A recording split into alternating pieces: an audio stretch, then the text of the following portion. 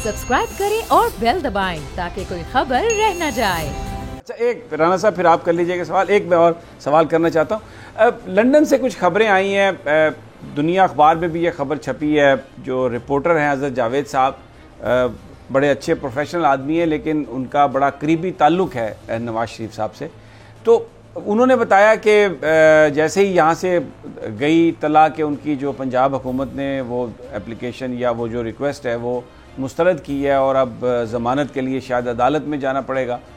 तो ये भी वहाँ से खबरें आ रही हैं कि मियाँ साहब ने वापसी का फ़ैसला कर लिया है, शहबाज साहब से मुलाकात हुई है और भी दूसरे कायदीन मौजूद हैं। ये कुछ इतला दुरुस्त हैं? इस हवाले से कोई कंसिडरेशन, कोई गुफ्तगू चल रही है कि मियाँ साहब वापस आ जाएं अगर अदालत से भी कोई ज़मानत ना मिले तो? देखिए, जब मियाँ नवाज शरीफ साहब यहाँ मौजूद थे, मैं हस्पताल में थ्रू आउट उनके साथ रहा और उनका मौक़िफ़ यही था कि जब वो सेहतयाब हो जाते हैं वो 1 घंटा भी इजाफी बाहर नहीं रुकना चाहेंगे। ये उस पर मियाँ साहब बहुत क्लियर थे।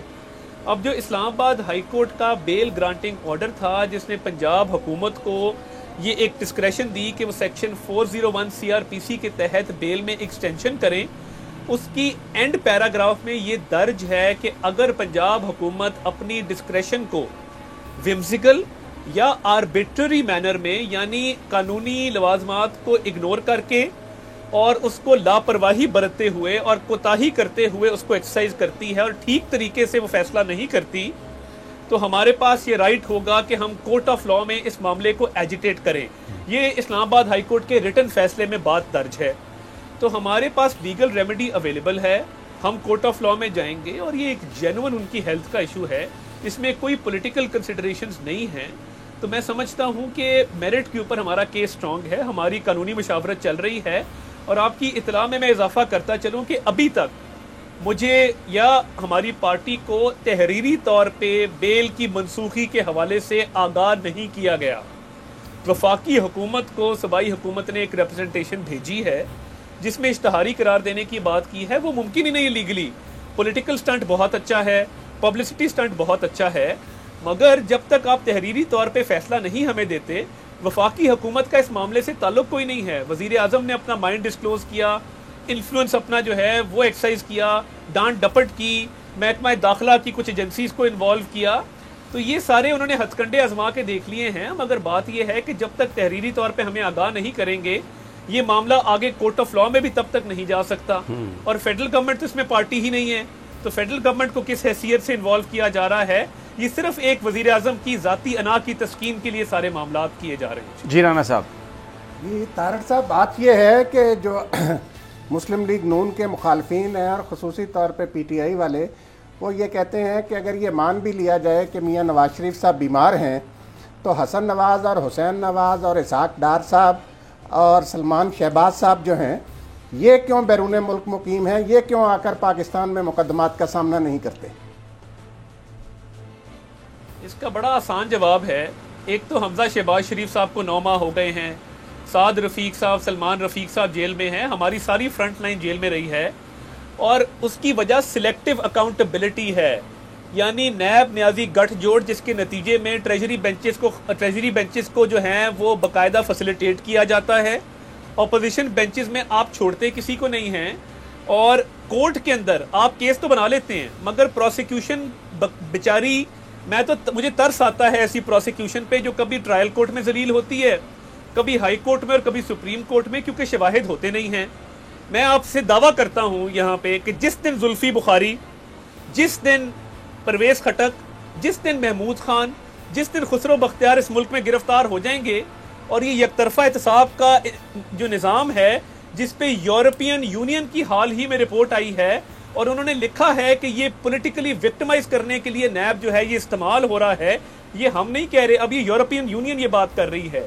तो देखिए, जिस दिन इस मुल्क में जो है वो एहतसाब का एक मुनसिफाना निज़ाम राइज होगा, तो उस दिन हम अपने आप को एहतसाब के लिए पेश करेंगे। मियाँ नवाज शरीफ और उनकी साहबजादी वाहिद मिसाल है पाकिस्तान की तारीख में कि सज़ा सुनने के बाद सज़ा उनको हुई ट्रायल कोर्ट से, सज़ा सुनने के बाद बैरून मुल्क से आकर उन्होंने गिरफ्तारी दी। अभी भी हम केसेस भुगत रहे हैं, चल रहा है। नैब जो है वो वन साइडेड अपनी अकाउंटेबिलिटी कर रहा है, तो ये अकाउंटेबिलिटी का सिस्टम वन साइडेड चलेगा नहीं।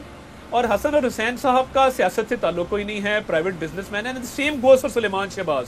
ठीक, तो बात यह है कि जब जुल्फी बुखारी की ऑफशोर कंपनी सामने आई हैं, और मैं आपको नाम बताता हूं, आप इस पे शो कर लें। पैनामा पेपर्स के अंदर ब्रॉडबेरी नामी कंपनी, केटेक नामी कंपनी, बेला नामी कंपनी, जेनस्टैम नामी कंपनी ब्रिटिश वर्जिन आइलैंड्स के ऊपर एग्जिस्ट करती हैं। हमारे मेंबर्स को गिरफ्तार किया जाता है ग्राउंड फॉर अरेस्ट दे के कि जी इस शख्स का गिरफ्तार होना इसलिए जरूरी है कि अगर ये गिरफ्तार ना हुआ तो ये शवाहिद और सबूतों को मिटा देगा। हम तो भाई ऑपोजिशन में, हमारा तो फोन कोई नहीं उठाता सरकार में। आप तो काबीना में बैठे हैं, आप वजीर आजम के दोस्त हैं, आपके बारे में इस्लामाबाद हाई कोर्ट में नैब ने कहा कि आप इन्वेस्टिगेशन से ताउन नहीं कर रहे, आप इन्वेस्टिगेशन में पेश नहीं हो रहे कॉल ऑफ नोटिस के जवाब में, तो आपको ये रियायत क्यों मिली है? जी बिल्कुल तारिक साहब, फेयर एनफ, आपने बड़ा सही कमेंट किया। जहांगीर तरीन साहब के मामला सुन लीजिए। एफआईए की तहकीकाती रिपोर्ट जो वजीर आजम को पेश की गई वो पब्लिक क्यों नहीं की जा रही? हमने सेनेट में रेजोल्यूशन पास कराया है कि मेहरबानी करके अवाम को बताएं कि एफआईए की रिपोर्ट में ऐसा क्या था जो आपने उसको ब्रश अंडर द कार्पेट किया हुआ है।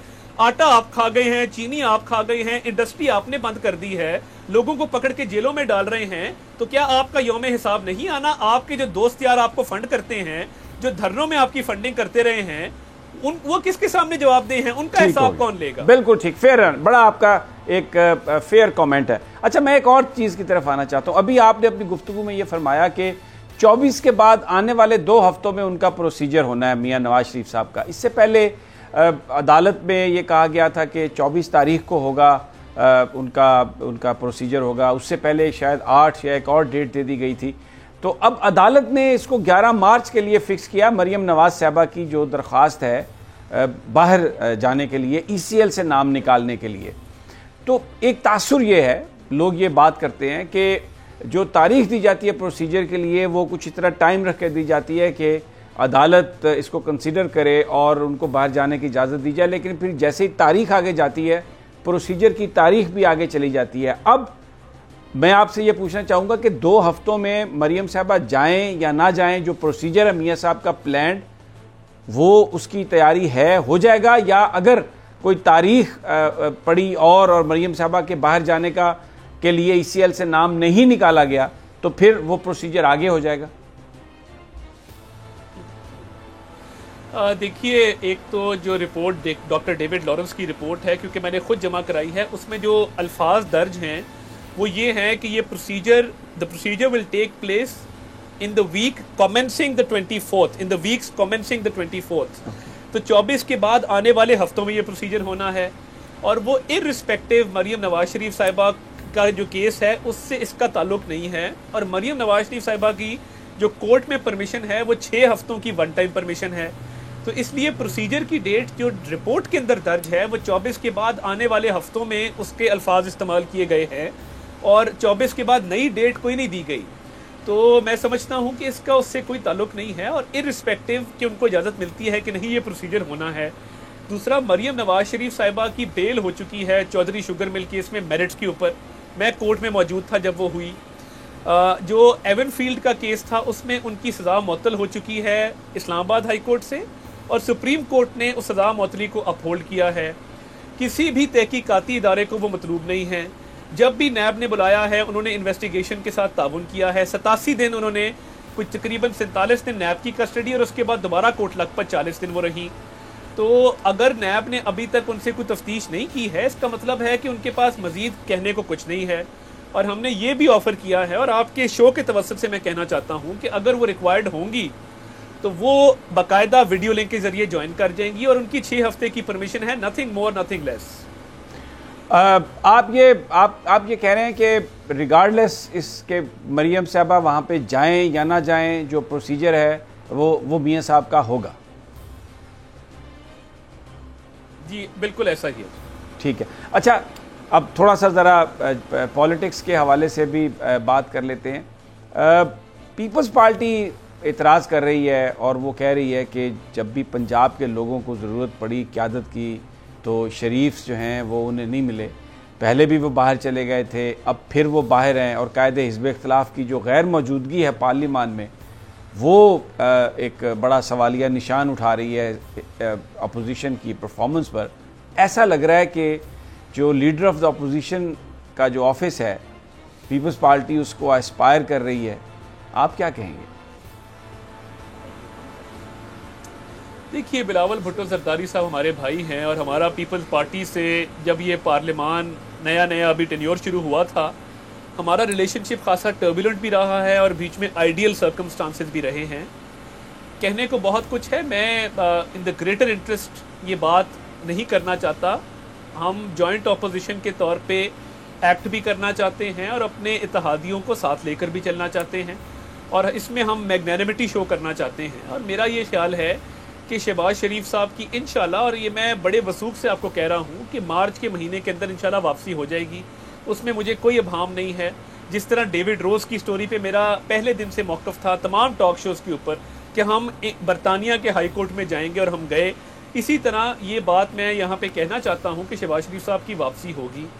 और बतौर लीडर ऑफ अपोजिशन देखिए, वो तमाम तर मामलात पे उनकी ग्रिप है, वहाँ से उनके बयानात भी रोज़ जारी होते हैं, हमारे से रोज़ का राब्ता भी है। और कहाँ दिक्कत आई है, चीफ इलेक्शन कमिश्नर की तैनाती हो, वो बाकी मामलात हों, वो तमाम तर मामलात में वो 24 घंटे अवेलेबल होते हैं और उनकी इनपुट भी आती है और तमाम तर मामलात में उनसे हमारा राब्ता भी है। और हमारी जो फर्स्ट ईयर लीडरशिप है वो मौजूद है और पंजाब के अवाम की खिदमत या पाकिस्तान के अवाम की खिदमत 12,000 मेगावाट बिजली की पैदावार हो, 18,000 किलोमीटर सड़कें मोटरवेज हों, अरबों डॉलर का सीपेक का मंसूबा हो, सस्ती गैस, सस्ती बिजली, सस्ता पेट्रोल हो, तो वो हमने अल्हम्दुलिल्लाह अल्लाह ताला के फजल से बड़े अच्छे ऐसे तरीके से की है। और हमारे दौर में मीडिया हाउसेज भी महफूज थे, जो मीडिया पे कर्ब्स लगाने के लिए कवानीन पास कराए जा रहे हैं। अभी एक बिल आया है, एक सोशल मीडिया के अलग रूल। मैं तारिर साहब यहाँ पे आपको थोड़ा सा बिल्कुल सब्सक्राइब करें और बेल दबाएं ताकि कोई खबर रह न जाए।